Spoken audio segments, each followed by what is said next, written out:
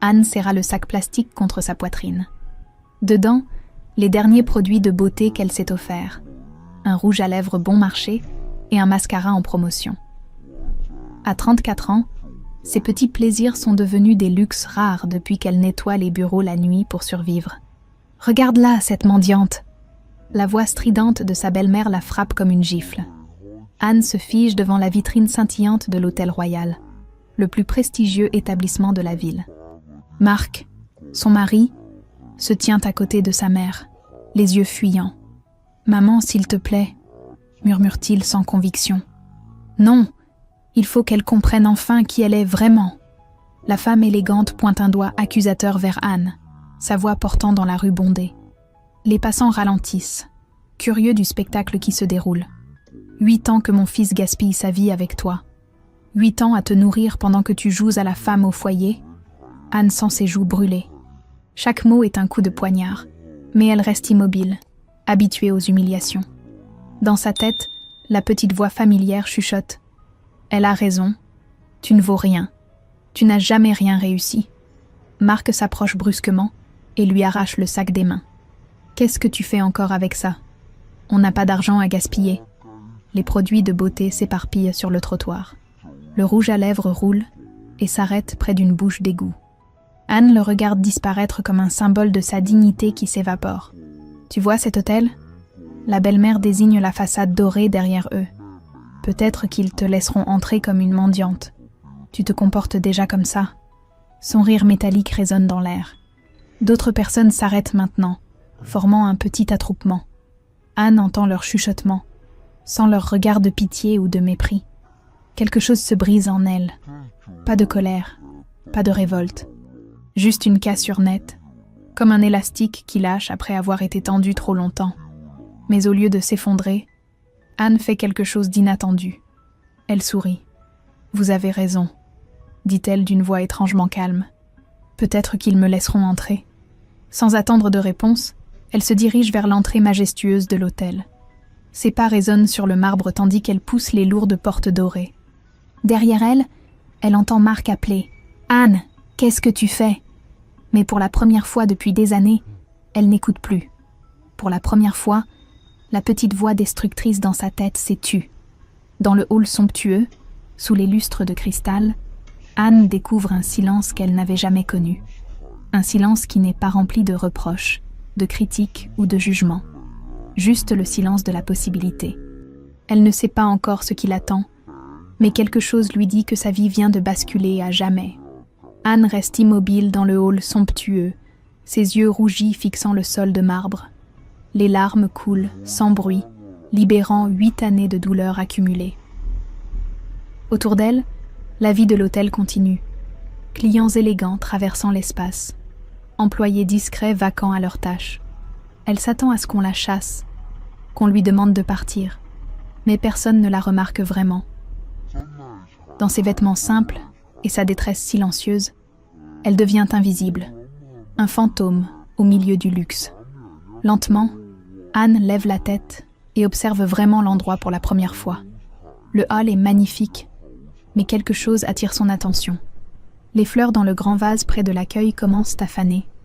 2 pétales de rose sont tombés sur la table d'acajou, créant une tache de négligence dans la perfection ambiante. Sans réfléchir, elle s'approche et ramasse délicatement les pétales. Son geste est automatique, naturel. Puis elle remarque autre chose. La disposition des magazines sur la table basse n'est pas harmonieuse. Ils sont éparpillés sans logique, certains froissés. Anne se surprend à réorganiser discrètement les publications, créant un éventail parfait. Ses mains bougent avec une précision qu'elle ne se connaissait pas, guidée par un instinct esthétique endormi depuis des années. « Excusez-moi, madame. » La voix douce la fait sursauter. Une jeune femme brune aux yeux vifs, portant l'uniforme de l'hôtel, l'observe avec curiosité. « Je suis Sophie, responsable de l'accueil de nuit. Tout va bien ?» Anne rougit, réalisant qu'elle a été prise en flagrant délit de rangement. Pardon, je ne voulais pas... Au contraire, dit Sophie avec un sourire. J'observe ce hall depuis des heures et vous êtes la première personne à remarquer ces détails. Vous travaillez dans l'hôtellerie ? Non, Je nettoie des bureaux la nuit. Les mots sortent avec la honte habituelle. Mais Sophie ne montre aucun mépris. Au contraire, elle hoche la tête avec compréhension. Le nettoyage, c'est tout un art. On voit les détails que d'autres ignorent. Cette simple phrase fait quelque chose d'étrange à Anne. Quelqu'un vient de transformer sa petite profession en expertise. Pour la première fois de sa vie adulte, elle ne se sent pas jugée pour ce qu'elle fait. Sophie regarde l'heure sur l'horloge du hall. « Écoutez, c'est peut-être du culot de ma part, mais notre équipe de nettoyage de nuit cherche quelqu'un. Vous seriez intéressé ?» Anne cligne des yeux, certaine d'avoir mal entendu. « Ici, dans cet hôtel ?»« Oui. Je ne peux pas vous garantir le poste, mais je peux vous présenter à Madame Laurent, notre directrice adjointe. Elle décide des embauches. » Le cœur d'Anne s'emballe. Travailler ici, dans ce lieu qui représentait tout ce qu'elle ne pourrait jamais atteindre selon sa belle-mère, c'est presque trop beau pour être vrai. Oui, bien sûr, mais je n'ai pas d'expérience dans le luxe. L'expérience s'apprend. L'œil artistique, c'est plus rare. Sophie fouille dans son tiroir et en sort une carte de visite. Présentez-vous demain soir à 22h. Demandez-moi à l'accueil, je vous conduirai à Madame Laurent. Anne prend la carte avec des mains tremblantes. Le papier épais, le logo doré, tout semble irréel. « Merci », murmure-t-elle, sa voix à peine audible. Alors qu'elle se dirige vers la sortie, Anne sent quelque chose de nouveau naître en elle. Ce n'est pas encore de la confiance, mais c'est plus fort que la résignation habituelle. Dehors, Marc et sa mère ont disparu. Le trottoir est vide, et curieusement, Anne ne ressent aucune urgence à rentrer à la maison. Pour la première fois depuis des années, elle a quelque part où aller demain soir. Quelque part où quelqu'un l'attend. Elle glisse la carte dans sa poche et sourit. Un vrai sourire. Dans sa tête, la petite voix destructrice essaie de reprendre le contrôle. « Tu vas tout gâcher comme toujours. » Mais une autre voix, plus faible mais plus vraie, lui répond « Et si cette fois était différente ?» Anne fixe la façade illuminée de l'hôtel royal. Il est 21h55 et ses jambes refusent d'avancer. Dans sa tête, un concert de voix familières résonne. Marc lui reprochant d'être toujours en retard. Sa belle-mère ricanant qu'elle ne tiendra jamais un vrai travail. « Tu vas tout gâcher dès le premier jour », murmure-t-elle à elle-même. Mais quelque chose de plus fort que la peur la pousse finalement vers l'entrée. Le souvenir du sourire bienveillant de Sophie, peut-être. Ou simplement l'épuisement de se haïr en permanence. À l'accueil, Sophie l'accueille avec un sourire professionnel. « Anne, parfait timing. Madame Laurent vous attend dans son bureau. » Anne suit Sophie dans des couloirs aux moquettes épaisses, le cœur battant. Elle s'arrête devant une porte marquée « Direction adjointe ». « Madame Laurent, voici Anne, la candidate dont je vous ai parlé. » Une femme d'une 60aine d'années, aux cheveux argentés impeccablement coiffés, lève les yeux de ses dossiers. Son regard bleu pétillant évalue Anne avec attention. « Asseyez-vous, Anne. Sophie m'a dit que vous aviez l'œil pour les détails. » Anne s'assied, incapable de parler. Sa gorge est nouée par l'angoisse. « Parlez-moi de votre expérience. » continue Madame Laurent avec bienveillance. Je nettoie des bureaux depuis 5 ans, surtout la nuit. Je sais que ce n'est pas prestigieux, mais je fais de mon mieux. Le travail honnête est toujours respectable. Quelles sont vos forces ? Anne hésite. Personne ne lui a jamais demandé ses forces. J'aime que les choses soient parfaites. Je remarque les détails que d'autres ne voient pas. Montrez-moi. Madame Laurent la conduit dans le hall. Anne observe l'espace avec attention, puis pointe discrètement plusieurs éléments. Un coussin mal positionné, des traces de doigts sur une surface vitrée, un arrangement floral légèrement décentré. « Impressionnant », murmure Madame Laurent. « Le poste est à vous. Sophie va vous expliquer les procédures. » Les premières heures sont un cauchemar. Anne tremble en manipulant les draps de soie, terrifiée à l'idée de les abîmer. Elle nettoie chaque surface 3 fois, persuadée que c'est encore insuffisant. Dans la salle de bain d'une suite, elle passe 20 minutes sur un miroir, effaçant des traces imaginaires. « C'est normal d'être nerveuse le premier soir », dit Sophie en passant vérifier son travail. « Les clients de l'hôtel sont exigeants, mais vous apprendrez. » À 3h du matin, Anne s'effondre sur une chaise dans le couloir, épuisée et découragée. Elle n'a nettoyé que 8 chambres sur 12. À ce rythme, Elle ne finira jamais. Je savais que j'étais nulle, chuchote-t-elle, les larmes aux yeux. Mais en se relevant pour reprendre le travail, quelque chose d'étrange se produit. En passant devant la chambre qu'elle vient de nettoyer, elle entr'ouvre la porte et jette un coup d'œil. La pièce est parfaite, impeccable. Les draps sont tendus sans un pli, les surfaces brillent, l'arrangement des serviettes dans la salle de bain est d'une symétrie parfaite. On dirait une photo de magazine. Anne reste interdite. C'est elle qui a fait ça? Cette perfection? C'est son travail? Pour la première fois de sa vie, elle ressent quelque chose qu'elle ne connaît pas. La fierté du travail bien fait. Peut-être que je ne suis pas si nulle que ça, murmure-t-elle. Cette pensée révolutionnaire la porte pour les 4 chambres restantes. Ses gestes deviennent plus sûrs, plus fluides. Elle commence même à prendre plaisir aux détails. L'angle parfait d'un coussin, l'éclat d'un robinet, la fraîcheur d'un lit impeccablement fait. Quand Sophie vient vérifier son travail à 6 heures du matin, son expression dit tout. « Anne, c'est remarquable. J'ai rarement vu un travail si minutieux dès le premier soir. » Les joues d'Anne s'empourprent, mais cette fois de plaisir, pas de honte. En rentrant chez elle dans l'aube naissante, Anne marche différemment. Sa posture est légèrement plus droite, ses pas un peu plus assurés. Dans sa poche, ses doigts caressent les billets de sa première paie d'avance. C'est peu, mais c'est à elle, gagné par son propre mérite. Pour la première fois depuis 8 ans, Anne a une question nouvelle qui lui traverse l'esprit. Et si Marc avait tort sur moi? Cette fissure dans sa certitude d'être nulle va tout changer. 2 semaines après sa première nuit réussie à l'hôtel, Anne devrait se sentir confiante. Madame Laurent lui a fait plusieurs compliments. Sophie la traite avec respect. Ses collègues apprécient son travail minutieux. Mais c'est l'inverse qui se produit. Plus elle reçoit de reconnaissance, plus une angoisse sourde grandit en elle. Ce matin-là, en rentrant du travail, elle trouve la porte d'entrée entr'ouverte. Des voix lui parviennent de la cuisine. Marc est une femme qu'elle ne reconnaît pas. Anne s'approche silencieusement et les observe par l'entrebâillement. Marc embrasse tendrement une blonde élégante, ses mains caressant ses cheveux. Ils planifient un week-end ensemble, parlent d'un appartement qu'ils vont visiter. Anne reste figée, regardant cette scène qui confirme ce qu'elle soupçonnait depuis des mois, sans oser se l'avouer. Marc, sa voix les fait sursauter. La femme se lève précipitamment, évitant le regard d'Anne. Je vais y aller, marmonne-t-elle en ramassant ses affaires. Quand la porte claque, un silence pesant s'installe. Marc la regarde avec un mélange de culpabilité et de défi, comme si c'était elle qui était en tort. Anne, ce n'est pas ce que tu crois. Quelque chose explose à l'intérieur d'Anne. Toutes les humiliations, tous les compromis, toutes les fois où elle s'est excusée d'exister remontent d'un coup comme un volcan en éruption. 8 ans, hurle-t-elle, sa voix se brisant. 8 ans que je me détruis pour toi.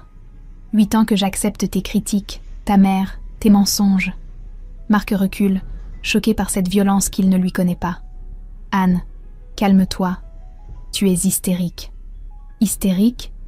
Anne renverse une chaise, puis attrape la vaisselle du petit déjeuner et la lance contre le mur. Tu me trompes sous mon propre toit, et c'est moi qui suis hystérique?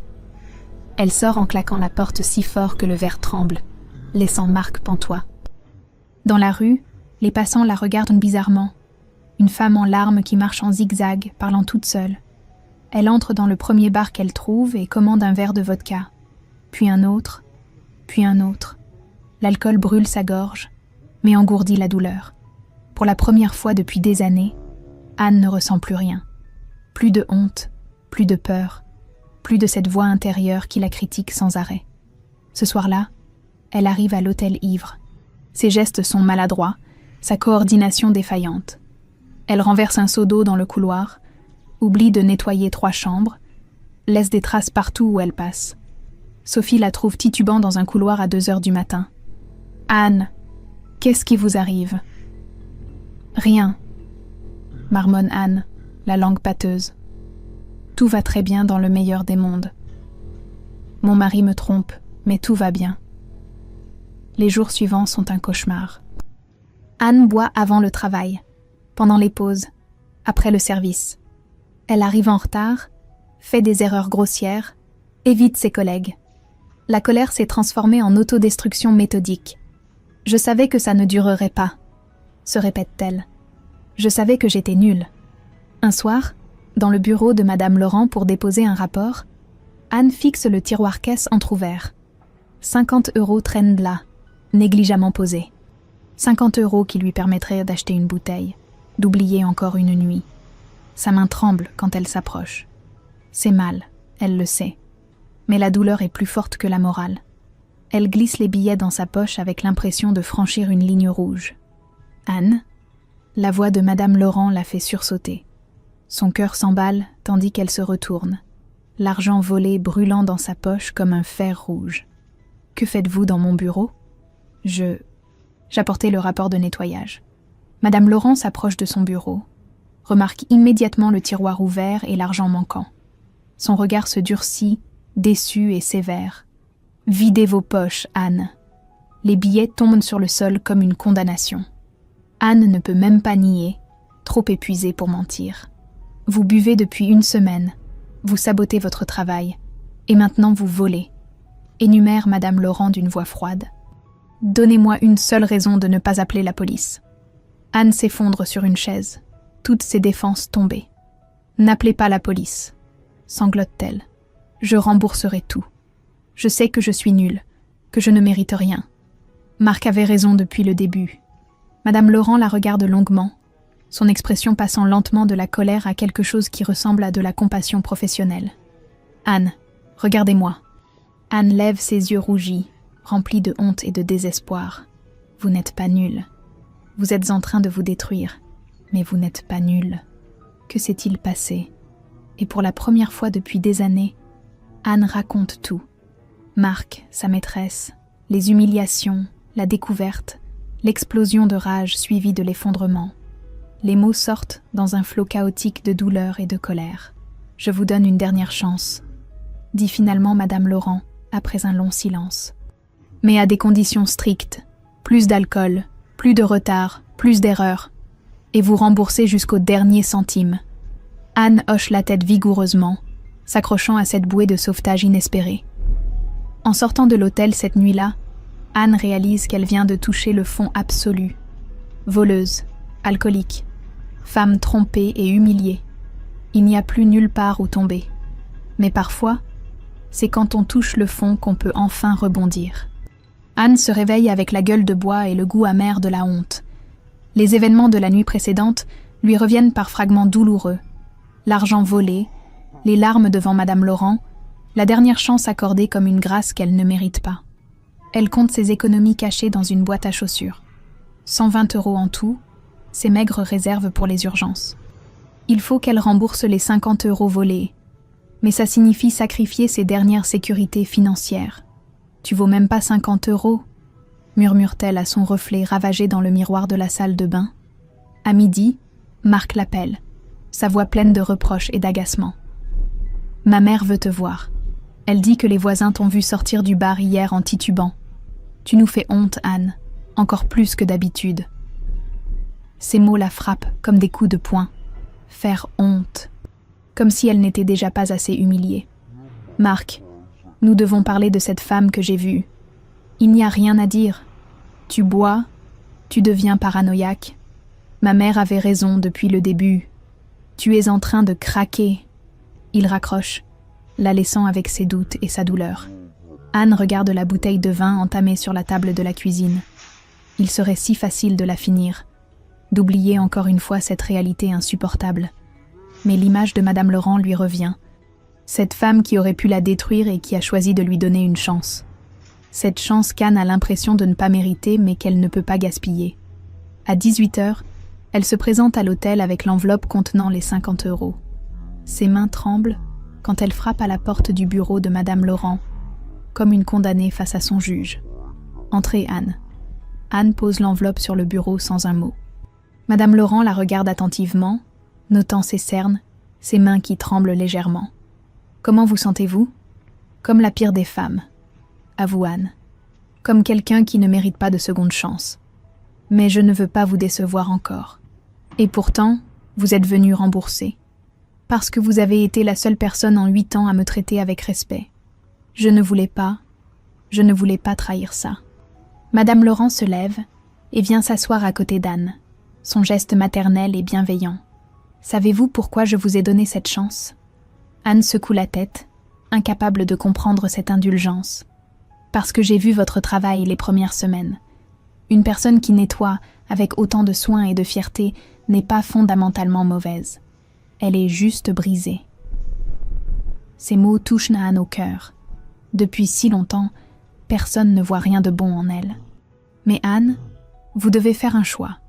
Soit vous continuez à vous détruire pour prouver à votre mari qu'il a raison, soit vous décidez de devenir la femme que j'ai entrevue dans votre travail. Je ne sais pas comment, chuchote Anne. Un jour à la fois, une tâche à la fois, une victoire à la fois. Cette nuit-là, Anne travaille avec une concentration maniaque. Chaque geste est pesé, chaque détail vérifié 3 fois. Elle nettoie non seulement ses 12 chambres assignées, mais aide aussi ses collègues en retard. Vers 4 heures du matin, Sophie vient la voir, inquiète de la voir s'épuiser. « Anne, rentrez chez vous.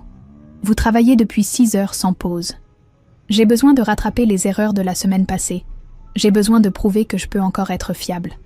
Vous les avez déjà rattrapées, et même plus. » En rentrant chez elle dans l'aube naissante, Anne passe devant le bar où elle a sombré quelques jours plus tôt. L'envie de boire la saisit encore, cette soif familière qui promet l'oubli temporaire. Mais elle serre les poings et continue son chemin.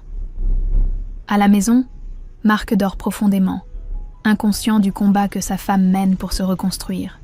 Anne le regarde et réalise quelque chose de troublant. Pour la première fois depuis des années, elle n'a pas besoin de son approbation pour se sentir entière. Elle a choisi de ne pas boire cette nuit. Elle a choisi de bien travailler. Elle a choisi de rembourser sa dette. Ces petits choix, personne ne peut les lui enlever. Ils lui appartiennent. Dans sa tête, la voix destructrice essaie encore de la convaincre qu'elle ne tiendra pas, qu'elle va rechuter, qu'elle ne vaut rien. Mais une autre voix, plus faible mais plus vraie, lui répond « Peut-être, mais pas aujourd'hui ». Anne s'endort avec cette pensée. Pour la première fois depuis sa chute, elle a passé une nuit entière sans faire quelque chose qu'elle regretterait le lendemain. C'est un début.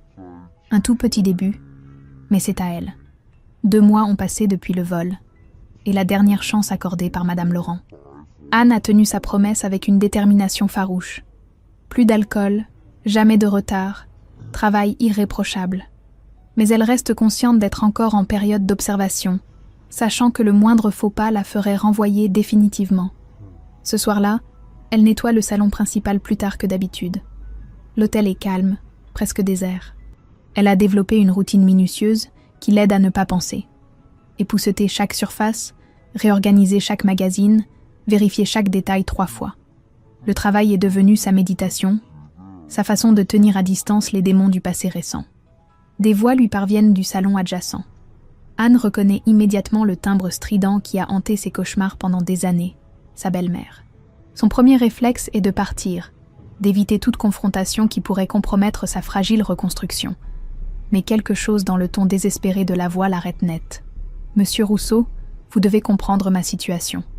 Les créanciers me laissent jusqu'à la fin du mois. » Anne se fige, son chiffon suspendu dans l'air. Cette voix suppliante, brisée, ne ressemble en rien à l'autorité glaciale qu'elle connaît et redoute. « Madame Dubois, votre dossier est préoccupant. 50 000 € de dettes, une maison hypothéquée, des traites impayées depuis 6 mois. » Anne s'approche instinctivement de la porte entr'ouverte, son cœur s'accélérant. Elle ne devrait pas écouter, mais ses jambes refusent de bouger. « Mon fils ne sait rien. Il ne peut pas savoir. S'il apprenait que j'ai tout perdu à cause du jeu, il ne me le pardonnerait jamais. » Le monde d'Anne bascule. Le jeu, cette femme si parfaite, si prompte à juger les autres sur leur argent, leur réussite, leur respectabilité, est une joueuse compulsive. Les sommes en question dépassent largement les revenus de votre fils. Il vous faut un miracle, Madame Dubois. C'est pour ça que je viens ici. La voix devient hystérique, presque méconnaissable. Ces clients fortunés, ils investissent, non? Je peux leur proposer des rendements exceptionnels, des placements. Ce que vous décrivez s'apparente à de l'escroquerie. Je ne peux pas vous aider dans cette voie. Un sanglot étouffé parvient à Anne. Sa belle-mère, cette icône de respectabilité qui l'a humiliée tant de fois, pleure comme une enfant perdue. Vous ne comprenez pas. J'ai déjà perdu ma dignité. Ma maison sera saisie dans 3 semaines. Si Marc découvre que sa mère parfaite est une joueuse compulsive ruinée, Anne s'appuie contre le mur, assommée par cette révélation qui bouleverse tout ce qu'elle croyait savoir. Toutes ces années d'humiliation, de critiques sur son manque d'argent, sa petitesse sociale. Tout cela venait d'une femme encore plus brisée qu'elle ne l'a jamais été. Vous comprenez maintenant pourquoi je ne supporte pas cette Anne ? Continue sa belle-mère, la voix tremblante de désespoir. Elle me renvoie l'image de ce que je suis devenue. Pauvre, pathétique, dépendante. En la détruisant, j'ai l'impression de détruire ma propre honte. Ces mots frappent Anne comme une révélation foudroyante. L'acharnement, la cruauté gratuite, l'obsession de l'humilier, tout s'explique enfin. Sa belle-mère ne la détestait pas pour ce qu'elle était, mais pour ce qu'elle lui rappelait de sa propre déchéance. Les pas et les murmures d'adieu indiquent la fin de l'entretien. Anne reste paralysée dans le couloir, digérant cette vérité qui remet en question 8 années de souffrance et d'autodévalorisation. Quand le silence revient, elle s'effondre sur une chaise. La femme qui l'a brisée psychologiquement était elle-même plus brisée. Celle qui l'accusait d'être un poids financier était ruinée. Celle qui prêchait la respectabilité vivait dans le mensonge permanent. Une colère sourde monte en elle. Pas la rage destructrice qui l'avait menée à l'alcool et au vol, mais quelque chose de plus froid, de plus lucide. Combien de nuits a-t-elle pleuré à cause des mots de cette femme ? Combien de fois s'est-elle sentie inférieure, inadéquate, nulle, à cause de quelqu'un qui mentait sur sa propre vie ? Anne ? La voix de Madame Laurent la fait sursauter. Sa supérieure se tient dans l'embrasure, un dossier à la main, l'observant avec attention. Je finissais le salon, marmonne Anne, encore sous le choc de sa découverte. Madame Laurent s'approche, remarquant immédiatement son visage bouleversé, ses mains qui tremblent légèrement. « Tout va bien ? Vous semblez... troublée. » Anne hésite. Révéler ce qu'elle vient d'entendre, garder ce secret explosif. Dans sa tête, 1000 scénarios de vengeance se bousculent. Elle pourrait détruire sa belle-mère d'un mot, révéler ses secrets, la faire chanter, lui rendre toute la douleur qu'elle lui a infligée. Mais l'image de sa propre chute lui revient. L'alcool, le vol, la honte de se réveiller chaque matin en se haïssant. Elle sait intimement ce que c'est que de toucher le fond. « Non », dit-elle finalement. « Rien d'important. » Madame Laurent la regarde attentivement, sentant qu'il s'est passé quelque chose de significatif, mais respectant son silence. « Anne, depuis 2 mois, votre travail est exemplaire. Vous avez tenu toutes vos promesses. Je pense qu'il est temps de tourner la page sur l'incident. » Anne lève les yeux, surprise par cette déclaration inattendue. « Vous m'accordez votre confiance à nouveau ? Vous l'avez mérité. Quelqu'un qui se relève après une chute comme la vôtre mérite le respect. » En rentrant chez elle cette nuit-là, Anne marche différemment. La vérité sur sa belle-mère brûle en elle comme un secret incandescent. Mais étrangement, elle se sent libérée d'un poids qu'elle portait depuis des années. Pour la première fois, elle comprend que le problème n'a jamais été elle. Elle a le pouvoir de détruire cette femme, mais elle a aussi le pouvoir de choisir qui elle veut être. Et cette fois, elle ne veut pas devenir le monstre qui l'a créé. Une semaine après la découverte sur sa belle-mère, Anne traverse la période la plus étrange de sa vie. Elle possède une information capable de détruire cette femme, mais chose surprenante, elle dort mieux qu'elle ne l'a fait depuis des années. Comprendre que sa belle-mère projetait sa propre honte sur elle a libéré Anne d'un poids qu'elle portait inconsciemment. Les critiques résonnent différemment maintenant. Elle parle de celles qui les prononcent, pas de celles qui les reçoit. Ce soir-là, l'hôtel fait face à une crise, une réception importante, un mariage de personnalités locales, et l'équipe de jour a mal préparé les salons. Madame Laurent fait appel à Anne et 2 autres employés pour rattraper le désastre. « Nous avons 3 heures pour rendre cet endroit parfait », annonce Madame Laurent. « Anne, pouvez-vous coordonner l'équipe ? Vous connaissez mieux que moi les standards de détail. » Anne sent son cœur s'accélérer. On lui demande de diriger ? Après le vol, après sa période de disgrâce ? Vous êtes sûr? Absolument. Montrez-moi ce dont vous êtes capable. Pendant les 3 heures suivantes, Anne découvre une version d'elle-même qu'elle ne connaissait pas. Elle répartit les tâches avec autorité naturelle, corrige les erreurs avec diplomatie, optimise le travail de chacune. Ses suggestions transforment les salons. Réarrangement des fleurs, éclairage ajusté, disposition des tables repensées. Quand les premiers invités arrivent, les salons sont somptueux. Mais plus important pour Anne, son équipe la regarde avec respect. Du respect véritable. Remarquable, commente Madame Laurent. Vous avez un don pour l'organisation et l'esthétique. Le lendemain, Madame Laurent la convoque. Anne, j'ai une proposition. Je cherche quelqu'un pour superviser l'équipe de nuit. Quelqu'un qui comprenne l'excellence, qui sache motiver une équipe. Anne reste bouche bée. Une promotion? Mais mon erreur, le vol, vous avez payé pour cette erreur. Et paradoxalement, elle m'a montré votre caractère. Quelqu'un qui se relève comme vous l'avez fait mérite une seconde chance. J'accepte, dit-elle, sa voix claire et assurée. En rentrant chez elle, Marc l'attend avec son air habituel de reproche. Encore en retard. Tu vas finir par perdre ce travail ridicule. En fait, Marc, j'ai été promue ce soir. Promue? Toi? Oui, moi. Cette nuit-là, Anne ne se couche pas immédiatement. Elle reste debout devant la fenêtre, regardant la ville endormie. Quelque part là-bas, sa belle-mère se débat avec ses démons. Et ici, dans cette chambre où elle a pleuré tant de nuits, Anne découvre enfin ce que signifie la paix intérieure. Elle n'a plus peur de qui elle est. Pour la première fois de sa vie, Anne s'aime. 3 mois ont passé depuis la promotion d'Anne. Le changement n'est pas spectaculaire en apparence. Elle porte toujours ses vêtements simples, habite toujours le même petit appartement, prend toujours le même bus pour aller travailler. Mais quelque chose de fondamental a basculé dans son être même. Ce soir-là, en entrant dans l'hôtel, Anne remarque immédiatement l'agitation inhabituelle. Le personnel semble nerveux, les clients plus nombreux que d'habitude. Sophie l'accueille avec un sourire soulagé qui en dit long sur la confiance qu'elle lui porte désormais. « Anne, parfait timing. On a un problème avec la suite présidentielle. Le client arrive dans 2 heures et l'équipe de jour a laissé un véritable désastre. » Avant, Anne aurait paniqué, balbutié des excuses préventives, cherché quelqu'un d'autre pour gérer la crise. Maintenant, elle hoche simplement la tête avec cette assurance tranquille qu'elle a développée. « Montre-moi. » La suite présidentielle ressemble effectivement à un champ de bataille. Draps mal ajustés, salle de bain encore humide du nettoyage bâclé, poussière visible sur les meubles d'acajou, arrangements floraux en désordre.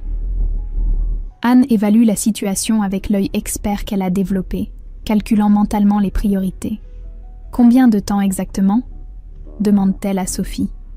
1 heure et demie, maximum. Le client est très exigeant. Anne rassemble son équipe. 3 femmes de ménage expérimentées, qui la regardent avec un respect sincère depuis sa promotion. Plus de doute, plus de tremblement dans sa voix. Elle répartit les tâches avec une autorité naturelle qui l'étonne encore parfois elle-même. « Marie, tu refais entièrement la literie. Je veux que les draps soient tendus au millimètre. Patricia, salle de bain complète. Je veux que ça brille comme un miroir. Sylvie, tu t'occupes du salon pendant que je gère les détails et les finitions. » Pendant l'heure suivante, Anne orchestre le travail avec une précision chirurgicale. Elle ne se contente pas de superviser. Elle participe activement, corrige un pli ici, ajuste un arrangement floral là, vérifie chaque surface. Ses gestes sont sûrs, ses décisions rapides et justes. Quand le client arrive, un homme d'affaires japonais habitué au luxe des palaces internationaux, la suite est parfaite. Pas simplement propre, parfaite. Chaque détail respire l'harmonie et l'attention méticuleuse. L'homme inspecte la chambre avec l'œil critique d'un habitué des établissements de prestige, puis hoche la tête avec satisfaction. « Remarquable », dit-il à Madame Laurent qui l'accompagne. « C'est exactement le niveau que j'attendais de cet établissement. » Anne ressent cette bouffée de fierté familière, mais plus profonde maintenant. Ce n'est plus la surprise de réussir malgré tout. C'est la satisfaction sereine du travail parfaitement maîtrisé. Plus tard dans la soirée, alors qu'elle fait sa tournée de vérification finale, Anne croise sa propre image dans le grand miroir du hall. Elle s'arrête, frappée par ce qu'elle découvre. C'est toujours elle, physiquement, mais sa posture a radicalement changé. Ses épaules sont droites sans être rigides, son regard direct sans être dur. Il y a quelque chose dans son maintien qui inspire le respect naturellement.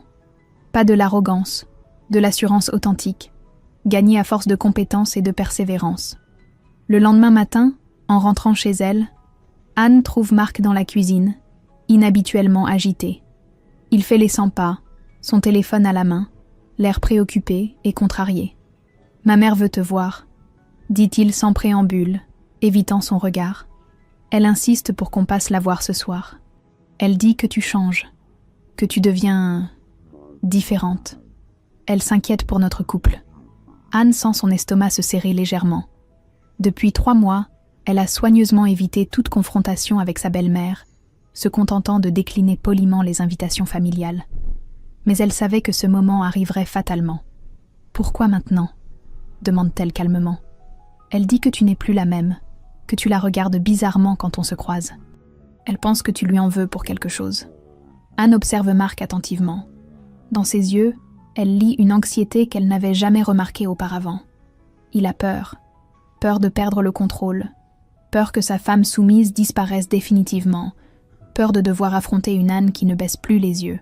« Marc, » dit-elle avec une douceur ferme qui le déstabilise visiblement, « je ne vais plus chez ta mère pour me faire humilier. »« Humilier ?